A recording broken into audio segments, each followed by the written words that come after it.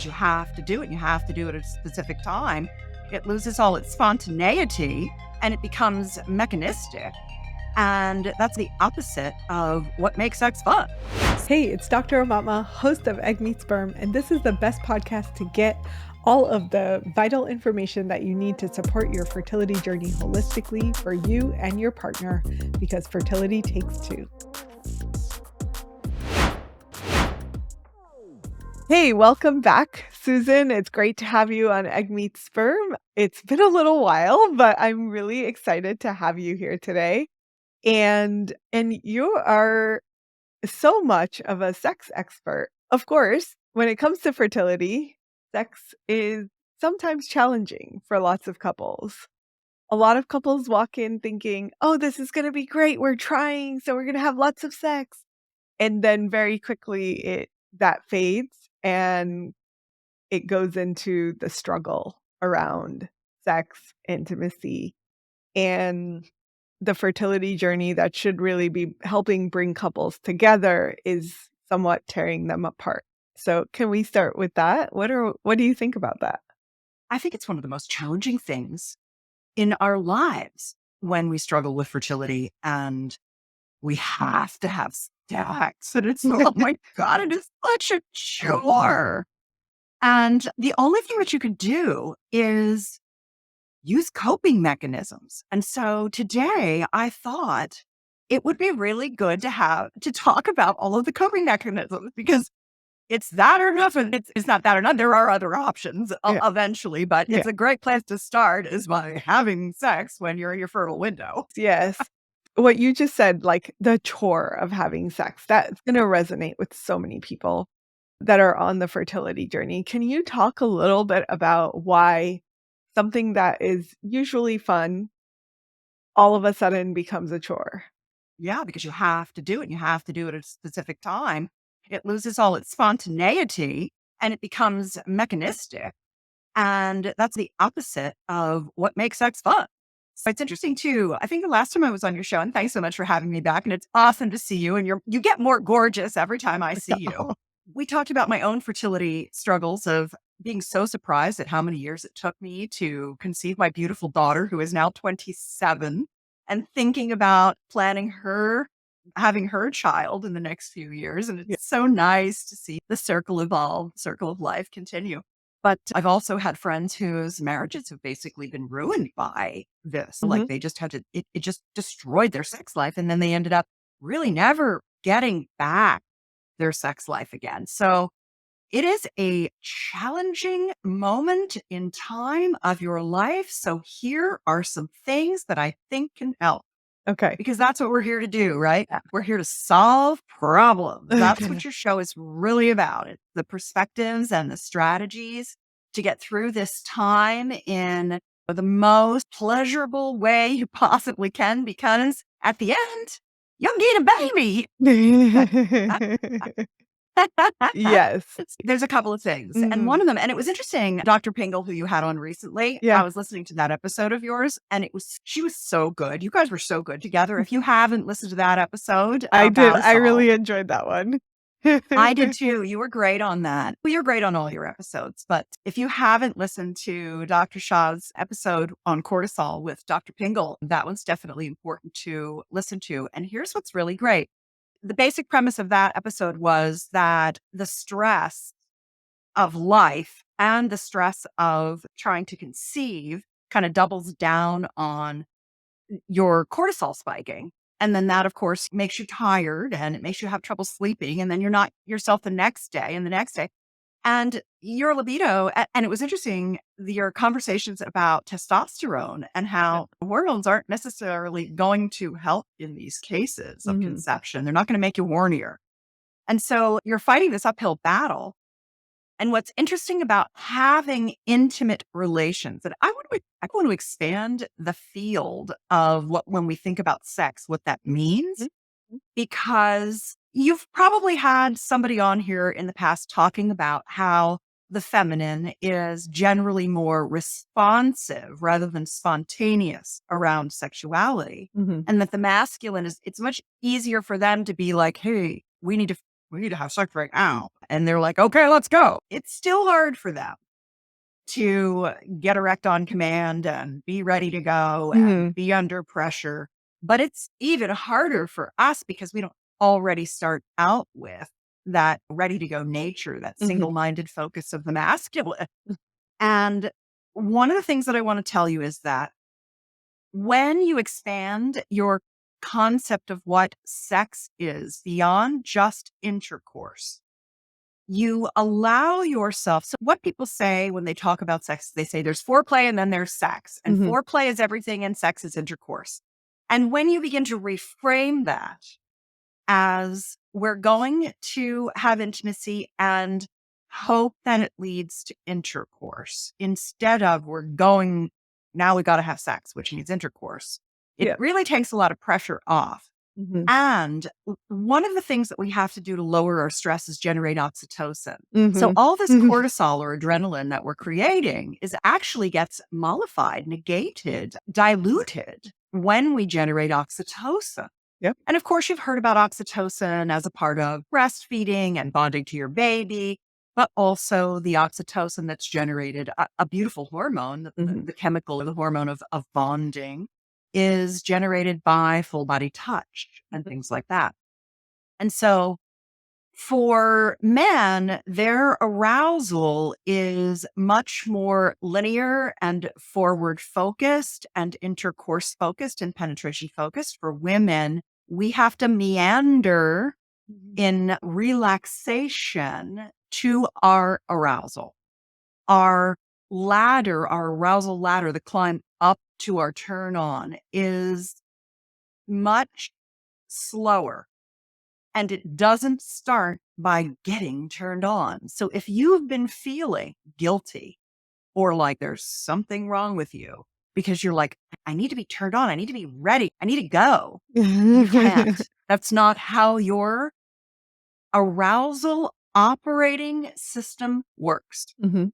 And so it's very important for your husband to understand that as well, or your partner to understand that as well, that what he needs to do is some pretty heavy lifting in this time around getting you out of your head and into your body Mhm. and allowing you to have literally the prolactin, the letdown, like breastfeeding when you can feel the milk letting down into your breast. That's very similar to what happens when your saliva runs, your eyes water, and your vagina lubricates during the letdown, the relaxation into intimacy.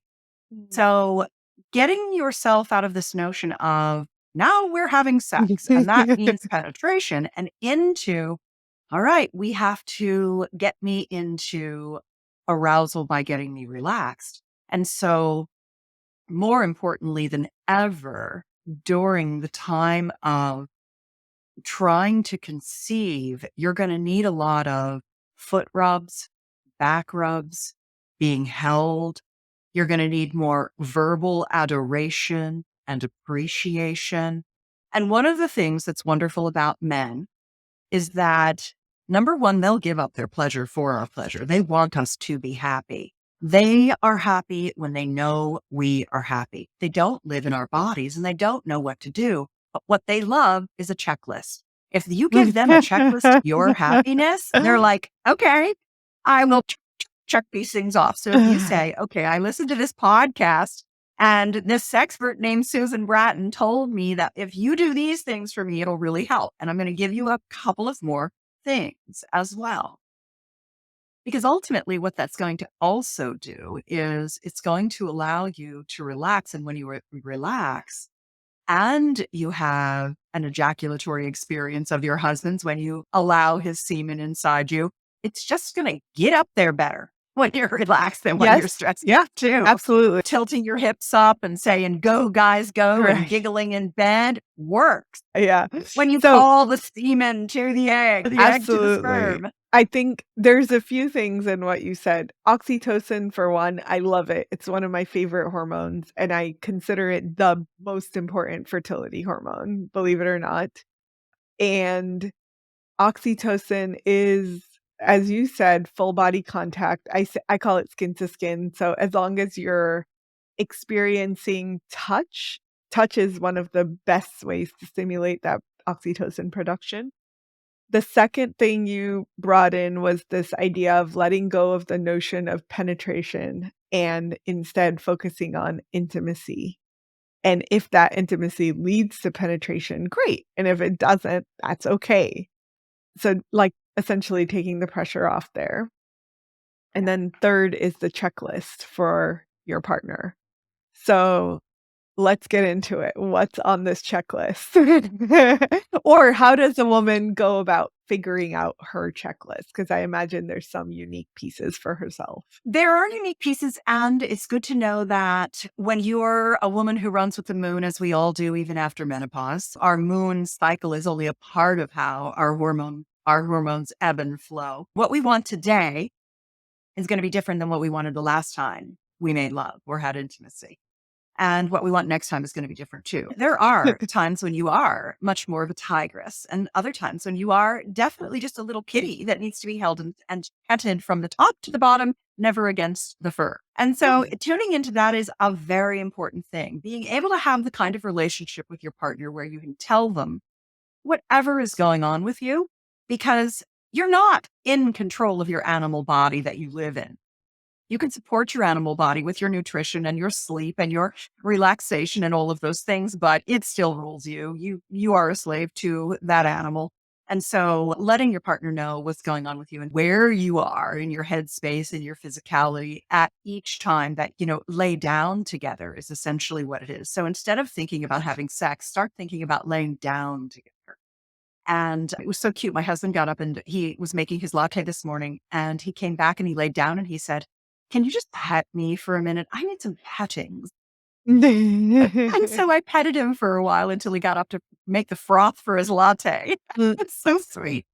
And sometimes that's what you need. You just need some petting. And those are very good because that's what's going to allow this letdown to happen and this calming of your nervous system so that you can begin to climb the arousal ladder. The second thing that I think is very important is getting beyond full body touch to yoni massage. And yoni massage, yoni is a word that tantric masters use. It's actually a Sanskrit word.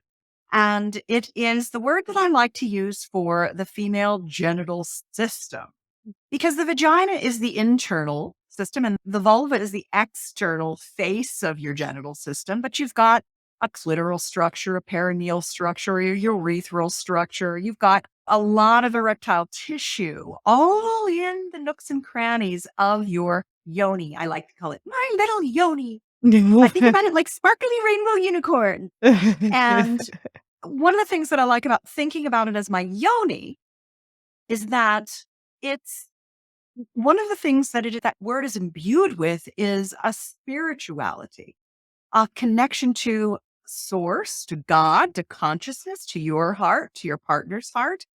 And when you can take that moment when you lay down together to get very present with each other, to begin to remember why you love your husband or your partner, to hear them tell you what they love about you, to nestle in their arms and just take a pause from the crazy lives that we all lead, to gather respite in your partner. That begins to open your heart, and that begins to open your yoni. When your partner kisses you on your cheeks and your forehead and your eyelids and your neck, instead of just kissing you straight on your mouth, it allows that letdown to begin. When your partner cups your breasts and strokes your sternum and your clavicle and down in between your breasts, the undersides of your breasts, instead of just grabbing your nipples. When your partner runs their hand across your back and squeezes your little butt cheeks and strokes your thighs and tells you how beautiful you are, that really helps a lot. And then I have this wonderful ritual that so many couples that I've recommended this to have come to me and they've said, "My husband, I'm so surprised. I felt like when I asked him to do this to me, that he was going to be like, oh God, more stuff she needs me to do." And they actually have said to me, I love doing this with you. And it's a ritual called my pleasure protocol. And I'll send some of this to you, Amatma. Okay. This is a company that I work with called Foria Wellness, Foria. Mhm. And they have a 3-product system that is very clean and natural. And I'm not going to call them sexual lubricants because sexual lubricants, the thing you buy in the drugstore, Mhm. are full of chemically yucky things that I personally would not want on my vulva. Mhm. I would not want them in my vagina because lubricants are an FDA class 2 product that has to have preservatives in it. Mm. And of course, the companies use the cheapest stuff they can to make Yep. these lubes. And what I'm actually asking you to do is allow your husband to learn how to give you a yoni massage because he has erectile function that is very quick, fast acting hemodynamics, as we say. And the blood flows into his penis very quickly so he can lock it in and gain and maintain his erection for penetration, which you want him to do. Yeah. But you have slow running hemodynamics. You've got to recruit. You've got to first allow yourself to relax. And then you have to feel your spit run, your eyes tear, your boobs relax a little bit, and the blood flow into your yoni. And when that happens, the blood flow takes 10 minutes, 20 minutes, depending on how frequently you're getting yoni massages and making love, how relaxed you are, and a million other things, Mm. because you are a changeable Homo sapien. And so this pleasure protocol is actually MCT oil, not coconut oil, which can be disruptive to the vaginal microbiome, Mhm. but MCT oil, which is a clean burning fuel that your brain actually loves that you could absorb into your body as much as you want. And it's healthy for you. It's a Mm. healthy fat. Mhm. And it also has botanicals in it. And there is a version with CBD and a version without CBD. And if you are open to using CBD, which is a non psychoactive Okay. phytocannabinoid Mhm. from plants, from hemp plant, we have so many endocannabinoid receptors in our tissue, especially our vulval tissue. Our endocannabinoid system is our pleasure healing pathway. And so if you are low in lubrication, if you are low in sensation, if you feel disconnected from your yoni, CBD starts the mind body signals. It starts your yoni talking to your biggest sex organ, which is your brain. Mhm. And it starts to light those signals up and send more signals through the neural pathways to light your brain up. And it brings the blood flow in so that all of a sudden you went from a flaccid yoni to an engorged yoni full of blood, plumped up and engorged. And there's more surface area, which sends more signals of pleasure, which means that you're going to be able to access your vast multi-orgasmic capacity. And so what I want you to do is I want you to think, oh, okay, I was thinking sex was a chore. Now I'm thinking, I'm going to teach my husband how to give me the most incredible yoni massages through this process so I can keep having those for the rest of my life from my honey. And it's going to get me even more turned on, bring more blood flow in, create more sensation. And I'm going to work on my orgasms during this process. And Susan told me there's 20 kinds I can have. So I'm just going to start my journey now, having really pleasurable, intimate joy with my partner and myself in this process. And I want to tell you about this pleasure protocol because there's 3 steps to it. And this is the ritual. And the rituals are a part of a process of calming and connecting, which is what we need to do in this moment. We need to get out of the I should be and into the I'm loving too process. And so there's 3 parts to the pleasure protocol. The very first part is a little cocoa butter, little troche, a little insert that you pop right up into your vagina. It's made of cocoa butter. It smells like chocolate. By the way, very healthy, nothing in there you wouldn't want to put in your mouth. Because if you wouldn't put it in your mouth, you should never put it in your vagina or on your vulva because of that mucosal tissue, which absorbs into your bloodstream. So you put the little troche up in there with the cocoa butter. They have ones that have double the CBD if you need relief. Women in menopause use those like crazy. And they have one called Intimacy Melts. That coats the intravaginal lining.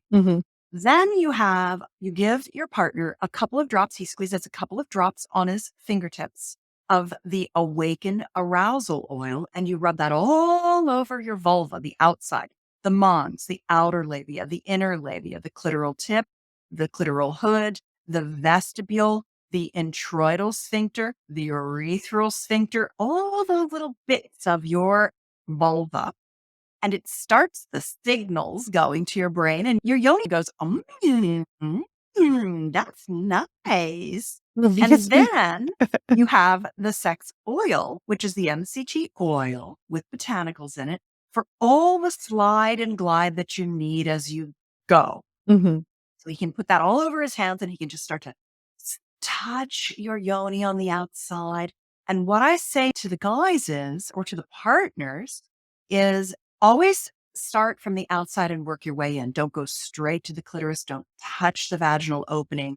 That's not where you're starting. You're starting at the inside of the legs, the mons, the outer labia, then the inner labia and the clitoral hood, then inside the vestibule. And you can reapply as much sex oil as you want. And there are some guys that at first they look at that and they go, I don't know, that seems like a lot of stuff I have to do. But there are other partners who literally are like, this is really fun. There's the right thing for the right job. I like the right tool for the right job. And that's appealing to the mentality of the male is I've got the 3 right tools for the right job that we're going to use here. And then that just gets my blood flow going. Then when you penetrate me, everything feels 100 times better. I'm relaxed. I'm open. I'm engorged. Now you don't have to feel bad that you're having to penetrate me because we have to make a baby. Now it's, I want you. I'm ready. Right. Come inside me and I'm enjoying myself. And here's the thing. When you do it, if you get right up to, okay, he's been giving me a yoni massage for 20 minutes and I still don't feel like it. I really just want to go to sleep. Never do more than you want to do, even if you feel you need to, because that time's not really going to work well for you anyway. Right. Wait and try again tomorrow. And when you're done, if you're done before he ejaculates, okay, take a break. See if you can get back to wanting him inside you again. And if not, try again tomorrow. It's not worth it to force anything. Right. I grew up in Pennsylvania, and there's a lot of Pennsylvania Dutch, and they have this very cute phrase. The hurrier I go, the behinder I get. The more I try to make it happen, the less it's gonna happen. Right. And thinking about the loving, the pleasuring, the presence, the heart connection, the hugging, the holding, the oxytocin, the yoni massage, the pleasure protocol, all of these things are really what's going to get you where you want to go. Yeah, I like that because I think that it really flips the fertility recommendations on its head. Because so many people that are trying to get pregnant are so focused on, we need to have sex right now. And if we don't do it right now, it's not going to happen this month. And that level of pressure really goes away if and we've talked about this a lot on Egg Meets Sperm, is just your fertile window, knowing that it's a window, it's not a specific hour. And that you have this like 5 to 7 day window really that you could potentially conceive.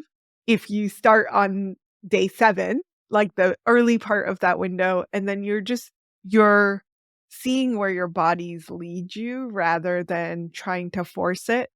I like that approach a lot. And I've said that to so many people and they're like, what? She's crazy. Wow. But here is another expert saying the same exact thing. Exactly.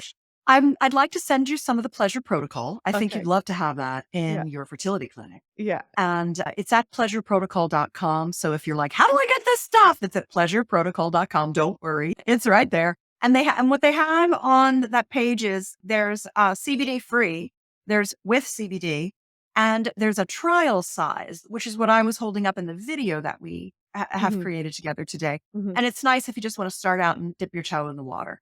So there's a little bit of something for everyone there. And frankly, their breast oil, I love their breast oil. One of the things that's interesting about arousal, female arousal, is that our lips, our mouth and lips, our breasts and nipples, and our yoni are on a lockstep system.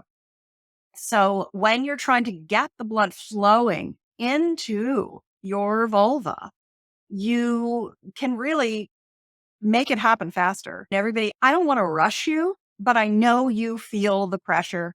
I know you need to go to bed. I know you got things to do, and fertility is just one of them. If you are open to having your partner pleasure your breasts and you're open to just light kissing, it doesn't need to be until you feel ready for that. mhm. Just kissing on the lips, light kissing can be, and having them kiss your face and your eyelids and your neck, boy, and your ears really helps a lot, especially right along the sides of your neck. There's erectile tissue on the sides of your neck here Mm. that are, you remember, did you ever get a hickey? No, Okay, I well, did. oh, you didn't? Mm, Oh, well, hickeys are funny, but you know about them. That's because yeah, of the erectile tissue. yeah. So you're trying to get that erectile, you're trying to fluff yourself up is basically what you're trying to do.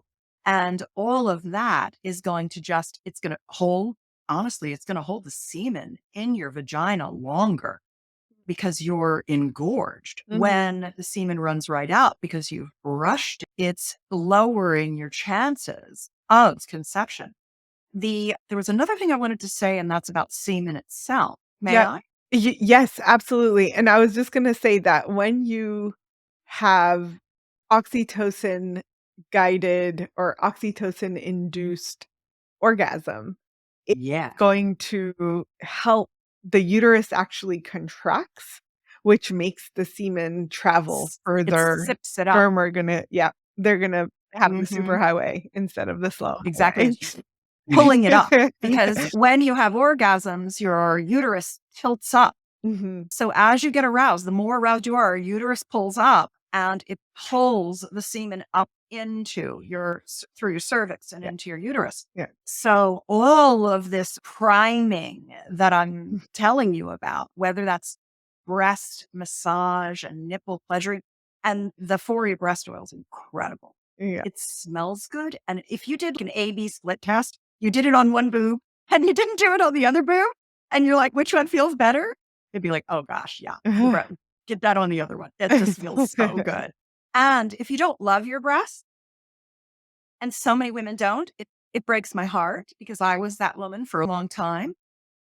The more pleasure you co-create through your breast tissue, the healthier your breasts are, Mm, the more orgasmic you are, the better your uterus and cervix are going to open to that semen, and the more pleasure and self-love you're going to generate. yeah. You're going to get over this hatred, this self-hatred, and into self-love for the pleasure that your lovely little boobies can create for you.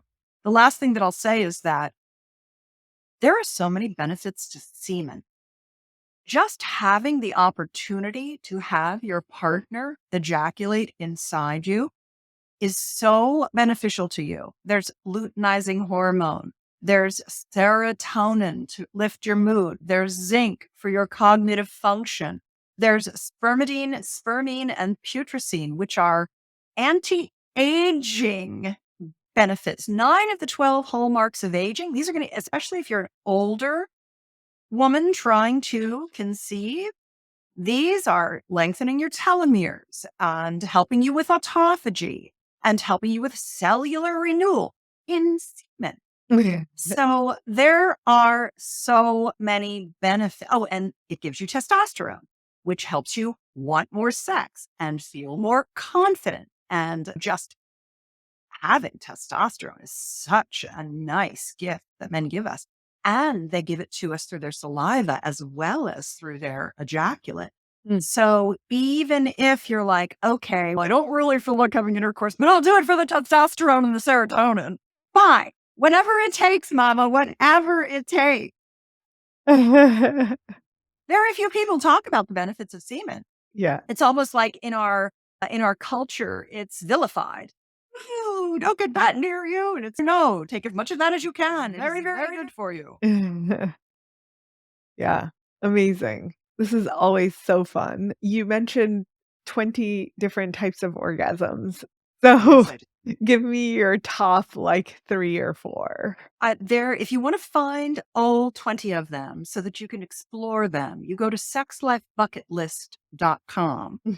And there are 48 erotic play dates that you and your partner can do. Mm, And there are all the different kinds of orgasms that you can begin to explore. The most popular orgasms that women are initially exploring are the boobgasm, the footgasm, the orgasm from intercourse. So whether that's the cervical orgasm or the orgasm from the anterior fornix, people have a lot of different names for these orgasms, but orgasms from intercourse, like all orgasms, are a learned skill.